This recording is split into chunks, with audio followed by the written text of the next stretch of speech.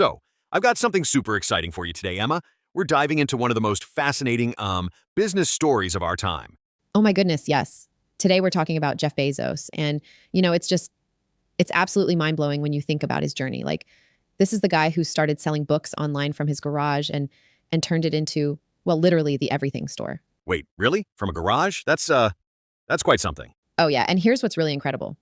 He's not just the Amazon guy anymore. I mean, he's got Blue Origin sending people to space. He owns the Washington Post.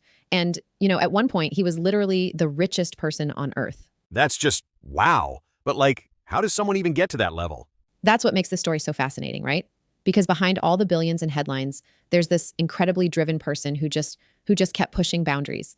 And today, on Behind the Billions, we're going to unpack his whole journey from his early days to becoming one of the most influential entrepreneurs in history. And we're talking about someone who's completely transformed how we shop, how we use the internet, and now he's even trying to transform space travel, right? Exactly. And trust me, the story of how he did it all is absolutely fascinating. So, Emma, let's start at the beginning. What's the story behind Jeff Bezos' early years? Oh, so this is really interesting, actually. Jeff was born in Albuquerque, New Mexico in 1964, and the circumstances were pretty challenging. His mom was actually only 17 when she had him, and his biological father was like just 19. That must have been tough for such a young family. Yeah, and what's really interesting is that his biological father, Ted Jorgensen, was actually a circus performer. He was like a unicyclist, if you can believe it. But the marriage didn't last, and when Jeff was just about 17 months old, his parents divorced. So, what happened then? Well, this is where Miguel Bezos comes into the picture. He was like this amazing Cuban immigrant who married Jeff's mom when Jeff was around 4 years old. And he actually adopted Jeff, which is how he got the Bezos name. Miguel he was incredibly supportive of young Jeff. I'm curious about what Jeff was like as a kid. Did he show any early signs of, being this future business mogul? Oh my goodness, absolutely. Like this kid he was absolutely brilliant from the start. When he was at River Oaks Elementary School in Houston, he was just constantly coming up with these incredible science projects. And get this, he actually rigged up this electric alarm system to keep his younger siblings out of his room, Sounds like he was pretty tech savvy even back then. right? And what's really fascinating is that he spent his summers at his grandfather's ranch in Texas. His grandfather, Lawrence Gies, was actually a regional director at the U.S. Atomic Energy Commission, and he really helped nurture Jeff's love for science and technology. How did he do academically? Oh, he absolutely crushed it. He was valedictorian of his high school, a National Merit Scholar, and get this, in his graduation speech, he actually talked about wanting to colonize space and turn Earth into a national park. I mean, when you think about Blue Origin now, it's incredible how early that dream started. And then he went to Princeton, right? Yes. And what's really interesting is that he initially wanted to study physics, but he ended up switching to electrical engineering and computer science. And here's a fun fact. He actually had this incredible 4.2 GPA and was elected to Phi Beta Kappa. But what's even more fascinating is that he was also the president of the Students for Exploration and Development of Space chapter at Princeton. So, Emma, tell me about that pivotal moment when Amazon was born. How did Jeff go from Wall Street to starting an online bookstore? Oh my gosh. So this is actually such a fascinating story. So in early 1994, Bezos was like working at D.E. Shaw, this really prestigious hedge fund on Wall Street. And he came across this incredible statistic that it completely changed everything. Web usage was growing at like 2,300% a year. Can you even imagine? That's an astronomical number. Right? And what's really interesting is that Bezos he immediately saw the potential. He actually made this like super detailed list of 20 products that could be sold online, and books. They just made perfect sense because, there were millions of titles, but only one Dewey Decimal System to organize them all. So what happened next? Well, this is where it gets really amazing. So Bezos and his wife, Mackenzie, they took this incredible leap of faith.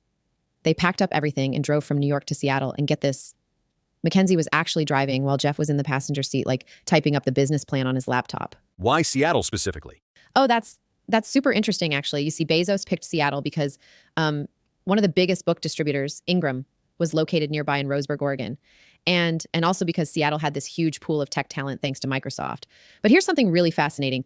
He actually considered setting up on an Indian reservation near San Francisco to avoid paying taxes. How did they get started? So they started in their garage in Bellevue, Washington. And oh my goodness, it was so basic at first. They had these desks that were actually made from wooden doors and sawhorses.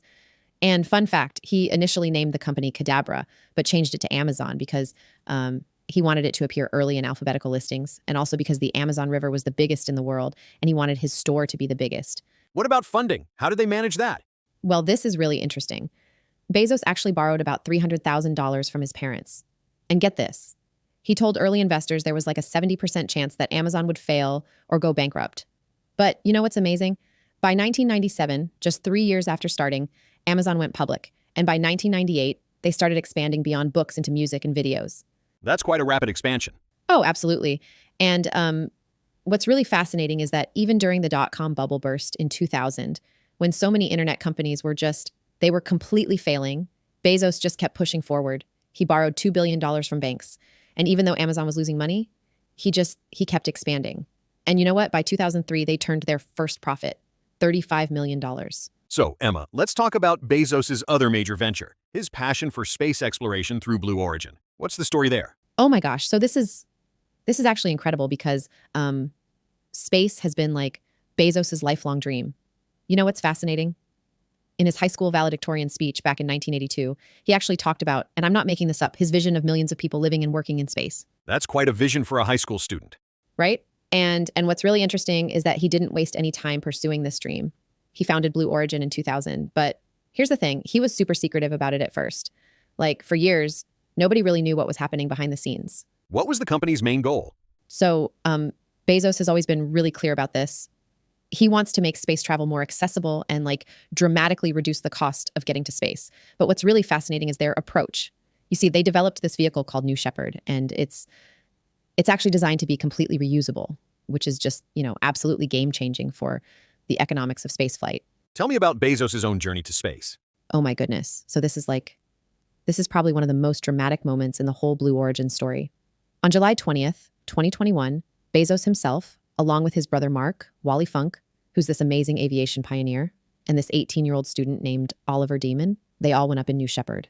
And get this, Bezos was actually super superstitious about it. He wore his lucky Texas cowboy boots to the launch. How successful has Blue Origin been overall? Well, they've had some really significant achievements, but what's really interesting is that they're taking this very, very methodical approach. Their motto is actually Gradatim Ferociter, which means step by step, ferociously. And they're not just focused on tourism. They're developing these larger rockets like New Glenn, and they're even working on a lunar lander called Blue Moon for NASA's Artemis program. It's really becoming this major player in the whole commercial space industry. So, speaking of major moves, Emma, tell me about when Bezos stepped into the media world with the Washington Post. Oh yeah, so this was actually a really big deal. Like in 2013, Bezos makes this completely unexpected move and buys the Washington Post for $250 million. And what's super interesting is that he bought it with his personal funds, not through Amazon, which really got people talking. What changes did he make to the paper? So this is fascinating because he basically transformed it into this digital powerhouse. Like he invested heavily in the technology side, rebuilt their whole digital platform, and completely changed their approach to mobile content. And you know what? It actually worked. By 2016, the paper was actually profitable again, which is pretty remarkable in today's media landscape. What about his other investments through Bezos Expeditions? Oh my gosh. So Bezos Expeditions is like this really fascinating venture capital firm that he uses for his personal investments. And what's really interesting is how diverse these investments are. Like one of his earliest investments was actually in Google back in 1998. He put in $250,000, which later became worth billions. That's quite a return on investment. Right? And he's not just investing in tech companies. Through Bezos Expeditions, he's actually funding all sorts of projects from space recovery missions to medical research. And speaking of medical research, in 2021, he co-founded this really ambitious company called Altos Labs with Yuri Milner. What's Altos Labs working on? So Altos Labs is doing this really cutting edge work in cellular reprogramming and longevity research. Like they've got some of the world's top scientists, including Nobel Prize winners, and they started with, get this, $3 billion in funding. They're basically trying to understand and potentially reverse the aging process at a cellular level. It's mind-blowing stuff, really. So, Emma, I've always been curious about how Bezos actually runs his companies. What's his leadership style like? Oh my gosh. So this is actually super fascinating because Bezos has this really unique philosophy he calls day 1-inch thinking. And what's really interesting is that he's been absolutely obsessed with this concept since Amazon's early days. What exactly does day one mean? So it's basically this mindset that you should always operate your company like it's day one, right? Like you need to maintain that same sense of urgency, that same hunger that you had on your first day. And Bezos always says that day 2 is basically stasis, followed by irrelevance, and then, painful decline. That's pretty intense. Yeah, and what's really fascinating is how he implements this in practice. Like he's absolutely obsessed with data and customer feedback. You know what he used to do? He would actually bring an empty chair to meetings and tell everyone that chair represented the customer, who was like the most important person in the room. How does that translate to decision making? So this is where it gets really interesting because Bezos has this really unique approach to decisions. He talks about type 1 and type 2 decisions. Type 1 are like the big irreversible decisions that need really careful thought. But type 2, those are decisions you can reverse easily. And he believes these should be made quickly, like really quickly. Are there any other unique aspects to his management style? Oh yeah, so many. Like he's famous for this two pizza rule where no meeting should have more teams than two pizzas can feed. And he's really big on written memos instead of PowerPoint presentations. He actually makes executives write these detailed 6-page narratives for major proposals because he believes it forces clearer thinking. What about his approach to failure? Oh, that's actually one of the most interesting things about his leadership style. He's always saying that Amazon is the best place in the world to fail. Like he really believes that if you're not failing, you're not innovating enough. And he's actually built this whole culture where experimentation and failure are not just accepted, but like they're actually expected as part of the innovation process. You know, Emma, for someone so public-facing, Bezos' personal life has had some pretty dramatic turns in recent years. Oh my gosh, yes. And one of the biggest moments was definitely his divorce from Mackenzie Scott in 2019. Like this was actually huge news because, you know, they'd been married for 25 years and she was there right from the beginning of Amazon, working alongside him in that famous garage. How did that impact his wealth in Amazon? So what's really interesting is that Mackenzie received about 25% of their Amazon shares in the settlement, which was worth like around $36 billion at the time. But Bezos kept all the voting rights and he also maintained complete control of Blue Origin and the Washington Post. And then there was the whole situation with the National Enquirer, right? Yeah, that was absolutely wild. So basically, right after announcing his divorce, the National Enquirer revealed that Bezos was in a relationship with Lauren Sanchez. And then things got really complicated because Bezos actually accused the tabloid's owner of trying to blackmail him with private photos.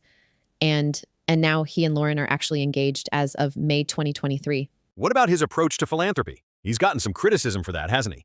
Oh yeah, so this is really interesting because for the longest time, Bezos was actually criticized for not being more philanthropically active, especially compared to other billionaires. But in recent years, he's really stepped up his giving. Like in 2020, he pledged $10 billion to combat climate change through the Bezos Earth Fund, and he's been making these really significant donations to various causes. What kind of causes does he focus on? So he's been particularly interested in education and homelessness. Like he created the Day One Families Fund to help homeless families and the Day One Academies Fund to create these like nonprofit preschools in low-income communities. And he's also given millions to support undocumented immigrants through college scholarships. It's really become a much bigger focus for him in recent years. So, Emma, when we look at Jeff Bezos' legacy, what do you think will be his most lasting impact? Oh, wow. That's such a fascinating question because, you know, his influence is just like absolutely massive in so many different areas. I mean, first and foremost, he literally changed the way we shop. Like Amazon wasn't just another company. It completely revolutionized retail and basically created this whole new standard for customer service and convenience. Has his influence gone beyond just retail, though? Oh my gosh, absolutely. See, what's really interesting is that Bezos has this incredible talent for spotting future trends and just completely disrupting traditional industries. Like take Amazon Web Services, for example. Before AWS, nobody really thought about cloud computing the way we do now. And today it's basically the backbone of the internet. What about his impact on space exploration? Right. So this is actually super exciting because Blue Origin isn't just another space company. You know, Bezos has this really, really ambitious vision of making space travel accessible and actually moving heavy industry off Earth to preserve our planet. And with the success of their New Shepard program and the development of New Glenn, they're actually making real progress toward that goal. What do you think his next chapter looks like? Well, looking at his recent moves, it seems like he's really focusing on these bigger, like humanity scale challenges. He's putting more and more resources into AI initiatives at Amazon, and he's really ramping up his climate change work through the Earth Fund. Plus, with Altos Labs, he's actually diving into biotechnology and longevity research. Sounds like he's not slowing down anytime soon. No, not at all. And that's so typical of Bezos, right? Like he's always thinking long term and looking for those next big breakthrough opportunities. I mean, whether you love him or hate him, there's no denying that his influence on technology, business, and innovation will be felt for generations to come. Well, that wraps up our deep dive into Jeff Bezos and his remarkable journey. Thanks for joining us on Behind the Billions. Until next time.